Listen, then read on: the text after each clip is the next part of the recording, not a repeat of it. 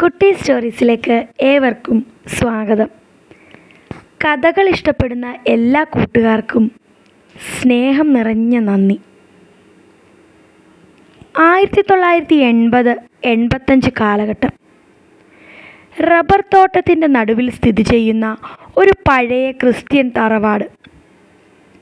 കാലപ്പഴക്കത്താൽ ജീർണിച്ചു തുടങ്ങിയ വവ്വാലുകളും നരിച്ചീറുകളും താമസമാക്കിയ ആ വീട്ടിൽ വാടകയ്ക്ക് താമസിക്കാനെത്തിയ ഒരു കുടുംബം. അവർക്ക് നേരിടേണ്ടി വന്ന പ്രശ്നങ്ങൾ, അവരുടെ കഥയാണ് ഇന്ന് പറയുവാൻ പോകുന്നത്. അതിനു മുൻപ് ആദ്യമായി കഥകൾ കേൾക്കാൻ വന്ന കൂട്ടുകാർ ചാനൽ സബ്സ്ക്രൈബ് ചെയ്യുന്ന കാര്യം കൂടി ഒന്ന് പരിഗണിക്കണേ. സ്ഥിരമായി കേൾക്കാറുള്ള കൂട്ടുകാർ എല്ലാവരും ഇത്തരം കഥകൾ ഇഷ്ടപ്പെടുന്ന നിങ്ങളുടെ പ്രിയപ്പെട്ടവർക്ക് കൂടി നമ്മുടെ ചാനലൊന്ന് ഷെയർ ചെയ്ത് പരിചയപ്പെടുത്തി കൊടുക്കണേ. നിങ്ങളുടെ സ്നേഹം കമൻറ്റിലൂടെ അറിയിക്കണം. ഇനി കഥയിലേക്ക്. നമ്മുടെ ഇന്നത്തെ കഥയിലെ നായകൻ സിബിയാണ്. ചങ്ങനാശ്ശേരിയിലുള്ള ഇടത്തരം കുടുംബത്തിലെ ഒരംഗമാണ് സിബി. മറ്റത്തിൽ മാത്യുവിൻ്റെ മൂത്ത മകൻ. ഈ അടുത്ത കാലത്താണ് സിബിയുടെ വിവാഹം കഴിഞ്ഞത്. പ്രേമവിവാഹമായിരുന്നു. നാൻസിയാണ് വധു. അമിതമായി മദ്യപിക്കുക എന്നതാണ് സിബിയുടെ ഏറ്റവും വലിയ ദുശ്ശീലം. ഒരു ദിവസം രാത്രിയിൽ സിബി മദ്യപിച്ച് ലക്കുകെട്ട് വീട്ടിലെത്തി. ഒന്നും രണ്ടും പറഞ്ഞ് നാൻസിയുമായി വഴക്കായി. ആ വഴക്ക് നീണ്ടുപോയി. അത് സിബിയുടെ അപ്പനായ മാത്യു ചോദ്യം ചെയ്തു. അങ്ങനെ അപ്പനും മകനും തമ്മിൽ പൊരിഞ്ഞ വഴക്കിലായി. അവസാനം അപ്പൻ മകനെ വീട്ടിൽ നിന്നും ഇറക്കി വിട്ടു.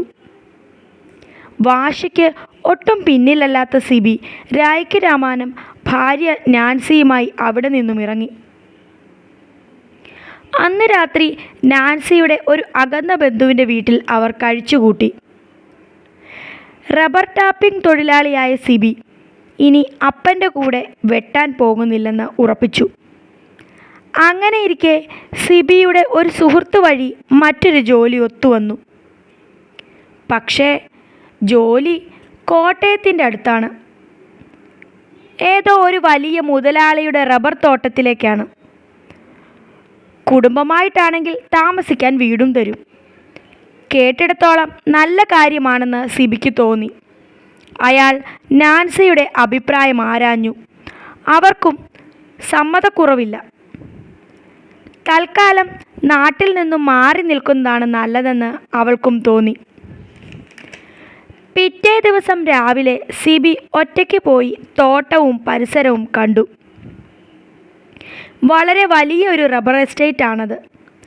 കണ്ണെത്താത്ത ദൂരത്തോളം തിങ്ങി നിറഞ്ഞു നിൽക്കുന്ന റബ്ബർ മരങ്ങൾ. പകല് പോലും സൂര്യപ്രകാശം ചെന്നെത്താൻ മടിക്കുന്ന ഇടം. താമസിക്കാനുള്ള വീട് അവിടെ തന്നെയുള്ള മറ്റൊരു തൊഴിലാളിയാണ് സിബിയെ കാണിച്ചു കൊടുത്തത്. കാഴ്ചയിൽ വളരെ വലിയൊരു വീടായിരുന്നു അത്. സൂര്യപ്രകാശം പതിക്കാത്തതിനാൽ തന്നെ മുറ്റത്തും വീടിൻ്റെ ഭിത്തിയുമെല്ലാം പായൽ പിടിച്ച് കറുത്തു തുടങ്ങിയിരുന്നു. മരത്തിൽ തീർത്ത ജനൽപ്പാളികൾ നിറം മങ്ങിയ നിലയിൽ കാണപ്പെട്ടു. മുറ്റത്ത് അങ്ങിങ്ങായി റബ്ബർ പാൽ ഷീറ്റാക്കുന്നതിനായി ചെറിയ അലൂമിനിയം ഡിഷുകളിൽ ഒഴിച്ചു വച്ചിരിക്കുന്നു. വീടിൻ്റെ ഭിത്തികളിൽ വിള്ളൽ വീണിട്ടുണ്ടായിരുന്നു. കറണ്ട് കണക്ഷൻ നിലവിൽ ഡിസ്കണക്റ്റായ നിലയിലുമായിരുന്നു. ഓടുമേഞ്ഞൊരു വീടാണത്. പായൽ പിടിച്ചതുകൊണ്ട് ഓടിൻ്റെ നിറമെല്ലാം കറുത്ത നിറത്തിൽ കാണപ്പെട്ടു. സിബി മുൻവശത്തെ വാതിൽ പാളി മെല്ലെ തള്ളിയപ്പോൾ ഒരു കരച്ചിൽ ശബ്ദത്തോടെ അത് മലർക്കെ തുറന്നു. അതിനോടൊപ്പം തന്നെ ഒരു കരിമ്പൂച്ച എവിടെ നിന്നോ അവരുടെ മുന്നിലൂടെ ഓടിപ്പോയി. ആരും താമസമില്ലാതെ കിടന്നതല്ലേ, ഒന്ന് വൃത്തിയാക്കിയ നല്ല വീടാ, സിബിയുടെ കൂടെ വന്ന പണിക്കാരൻ പറഞ്ഞു. സിബി തലയാട്ടി. ടൗണിൽ തന്നെയുള്ള മുതലാളിയുടെ ഓഫീസിലും പോയി. കാര്യങ്ങളെല്ലാം പറഞ്ഞുറപ്പിച്ച ശേഷം അയാൾ തിരികെ മടങ്ങി. പിറ്റേന്ന് രാവിലെ തന്നെ അയാൾ നാൻസിയെയും കൂട്ടി ആ വീട്ടിലേക്ക് തിരിച്ചു. വീടും പരിസരങ്ങളും ആദ്യ കാഴ്ചയിൽ തന്നെ നാൻസിക്ക് ഇഷ്ടമായി. പക്ഷേ ചുറ്റുവട്ടങ്ങളിലൊന്നും മറ്റു വീടുകളില്ലാത്തതും സിബി ജോലിക്ക് പോയാൽ ആ വലിയ വീട്ടിൽ താൻ ഒറ്റയ്ക്കാവുമെന്നുള്ള ചിന്തകൾ അവൾക്കല്പം ഭയമേകി. സിബിയും നാൻസിയും തോട്ടത്തിലെ 2 പണിക്കാരും ചേർന്ന് വീട് വൃത്തിയാക്കുവാൻ തുടങ്ങി. ഫർണിച്ചർ സാധനങ്ങൾ എല്ലാം തന്നെ അവിടെ ഉണ്ടായിരുന്നു. നിറയെ പൊടിയും കരിയും മാറാലയും നിറഞ്ഞ വീടിൻ്റെ ഉൾഭാഗം മുഴുവൻ വൃത്തിയാക്കി കഴിഞ്ഞപ്പോഴേക്കും നേരം ഇരുട്ടു വീണു തുടങ്ങി. കറണ്ട് കണക്ഷൻ കട്ടായി കിടക്കുന്നതിനാൽ മെഴുകുതിരികളായിരുന്നു വെളിച്ചത്തിനായുള്ള ഏക ആശ്രയം. ഇരുട്ടു വീണതോടെ ഒപ്പമുണ്ടായിരുന്ന തൊഴിലാളികൾ സ്ഥലം വിട്ടു. ആ വലിയ വീട്ടിൽ സിബിയും നാൻസിയും ഒറ്റയ്ക്കായി. അന്നത്തേക്കുള്ള ഭക്ഷണങ്ങൾ എല്ലാം അവർ വാങ്ങിക്കൊണ്ടു വന്നിട്ടുണ്ടായിരുന്നു. ഭക്ഷണം കഴിച്ച ശേഷം നേരത്തെ തന്നെ അവർ ഉറങ്ങുവാൻ കിടന്നു. ഒരു വലിയ മുറിയാണ് അവർ കിടക്കാനായി തിരഞ്ഞെടുത്തത്. റബ്ബർ തോട്ടത്തിന് നടുവിലുള്ള വീടായതിനാൽ നല്ല തണുപ്പായിരുന്നു അന്തരീക്ഷം. അവിടെ ഉണ്ടായിരുന്ന പഴയൊരു കട്ടിൽ അവർ നേരത്തെ വൃത്തിയാക്കിയിട്ടിരുന്നു. അതിൽ ഒരു തുണി മാത്രം വിരിച്ച് 2 പേരും ഉറക്കമായി. സ്ഥലം മാറി കിടന്നതിനാൽ നാൻസിക്ക് ഉറക്കം വന്നില്ല. അവൾ തിരിഞ്ഞും മറിഞ്ഞും കിടന്നു. സമയം ഇഴഞ്ഞിഴഞ്ഞ് നീങ്ങി. മുറ്റത്ത് ആരുടെയോ കാൽപ്പെരുമാറ്റം കേട്ടതുകൊണ്ട് അവൾ മയക്കത്തിൽ നിന്നും കണ്ണു തുറന്നു. തൊട്ടടുത്ത് സിബി കൂർക്കം വലിക്കുന്ന ശബ്ദം കേൾക്കാം. പുറത്ത് ഏതൊക്കെയോ പക്ഷികളുടെ ചിലമ്പലുകളും ഇടയ്ക്കിടെ എന്തോ വീഴുന്ന പോലെയുള്ള ശബ്ദങ്ങളും കേൾക്കുന്നുണ്ടായിരുന്നു. നാൻസി കാതോർത്തു. അതെ, വളരെ വ്യക്തമായി തന്നെ കേൾക്കാം. ആരോ നടന്നു വരുന്നുണ്ട്. അവൾ ശ്വാസമടക്കി കിടന്നു. ഇപ്പോൾ കാലടി ശബ്ദം കേൾക്കാനില്ല. വീണ്ടും അവൾ ഉറങ്ങുവാൻ ശ്രമിച്ചു. പക്ഷേ ഇത്തവണ വാതിലിൽ ആരോ മുട്ടുന്ന ശബ്ദം കേൾക്കുന്നു. നാൻസി സിബിയെ കുലുക്കി വിളിച്ചു. അയാൾ ഉറക്കപ്പിച്ചിൽ എന്തൊക്കെയോ പറഞ്ഞ ശേഷം വീണ്ടും ഉറക്കമായി. നാൻസിയുടെ ഭയം വർദ്ധിച്ചു. ഇപ്പോൾ ശബ്ദങ്ങളൊന്നുമില്ല. അവൾ ദീർഘനിശ്വാസത്തോടെ ഉറക്കത്തിലേക്ക് വഴുതി വീണു. പിറ്റേന്ന് രാവിലെ തലേ ദിവസം താൻ കേട്ട ശബ്ദത്തെക്കുറിച്ച് നാൻസി സിബിയുമായി സംസാരിച്ചു.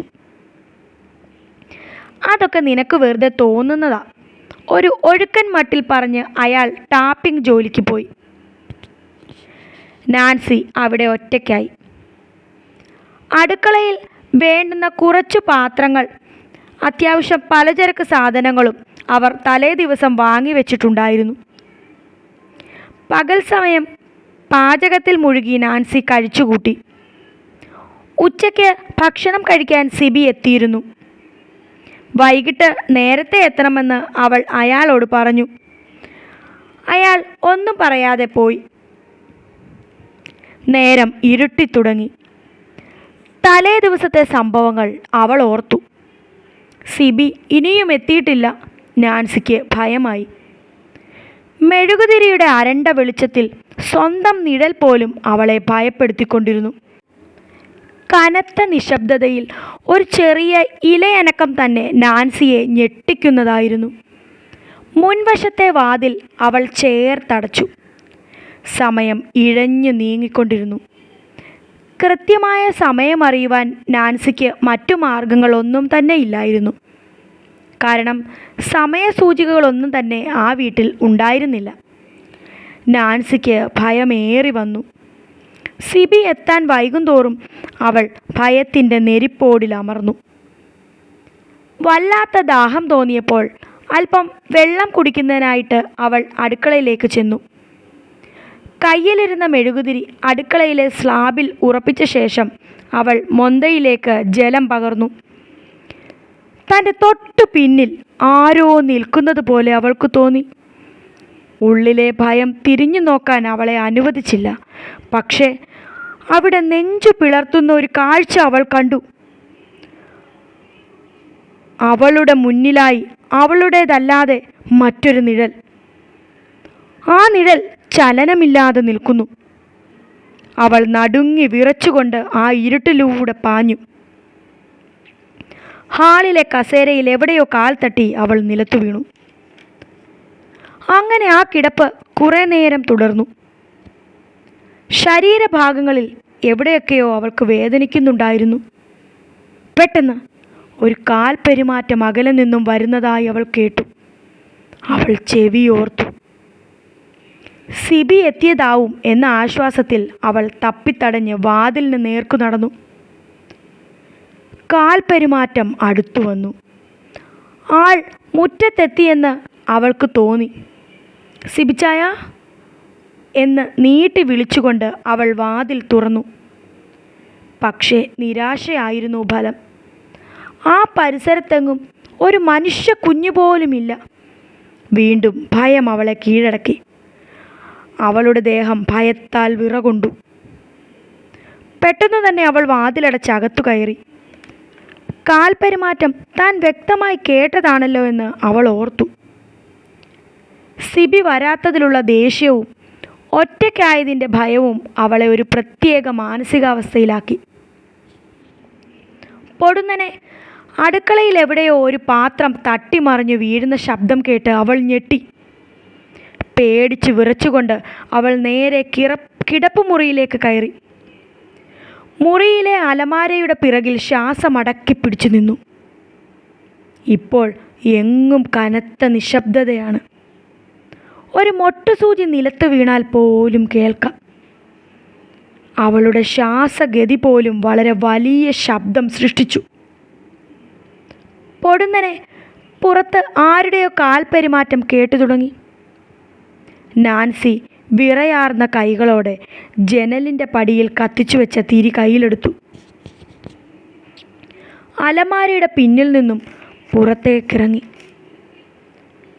പ്രധാന വാതിലിൻ്റെ താക്കോൽ പഴുതിലൂടെ അവൾ പുറത്തേക്ക് നോക്കി. പുറത്ത് ആരെയും കാണുന്നില്ല. അവൾ വീണ്ടും കിടപ്പുമുറിയിലേക്ക് നടന്നു. വിശപ്പും ദാഹവും മൂലം ആകെ തളർന്നു പോയിരുന്നു അവൾ. കയ്യിലിരുന്ന തിരി ഉരുകി തീരാറായിരിക്കുന്നു. മുറിയിലെ അലമാരയിലെ കണ്ണാടിയിൽ തൻ്റെ രൂപം കണ്ട് അവൾക്ക് തന്നെ മനസ്സിലായില്ല. പക്ഷേ അപ്പോഴാണ് നാൻസി അത് കണ്ടത്. തൻ്റെ മുഖത്തിന് തൊട്ടുപുറകിൽ മറ്റൊരു കറുത്ത രൂപം. അവൾ അലറി വിളിച്ചുകൊണ്ട് തിരിഞ്ഞു നോക്കി. പക്ഷെ പുറകിൽ ആരുമില്ലായിരുന്നു.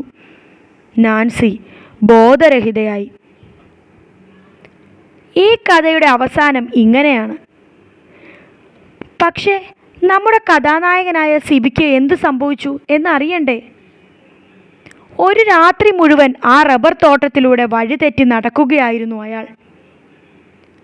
ആ ഭാഗങ്ങളുമായി ബന്ധപ്പെട്ട് താമസിച്ചിരുന്ന പഴയ ആളുകളോട് ആ വീടിനെക്കുറിച്ച് അന്വേഷിച്ചപ്പോഴാണ് കൊല്ലങ്ങൾക്ക് മുൻപ് നടന്ന ഞെട്ടിക്കുന്ന ഒരു കാര്യം അവർ അറിഞ്ഞത്. ആ സ്ഥലത്തിൻ്റെയും വീടിൻ്റെയും അവകാശികളായ ഒരു കുടുംബം അവിടെ താമസിച്ചിരുന്നു. കടബാധ്യതയാൽ എല്ലാം നഷ്ടപ്പെടുമെന്ന് ഉറപ്പായപ്പോൾ അവർ ആ വീട്ടിൽ വെച്ച് വിഷം കഴിച്ച് മരിച്ചു. അതിനുശേഷം അവിടെ ആരും താമസിച്ചിട്ടില്ല. കഥ ഇഷ്ടമായാൽ ചാനൽ സബ്സ്ക്രൈബ് ചെയ്യാനും ലൈക്ക് ചെയ്യാനും കമൻറ്റ് ചെയ്യാനും മറക്കല്ലേ. അടുത്ത കഥയുമായി വരും വരെ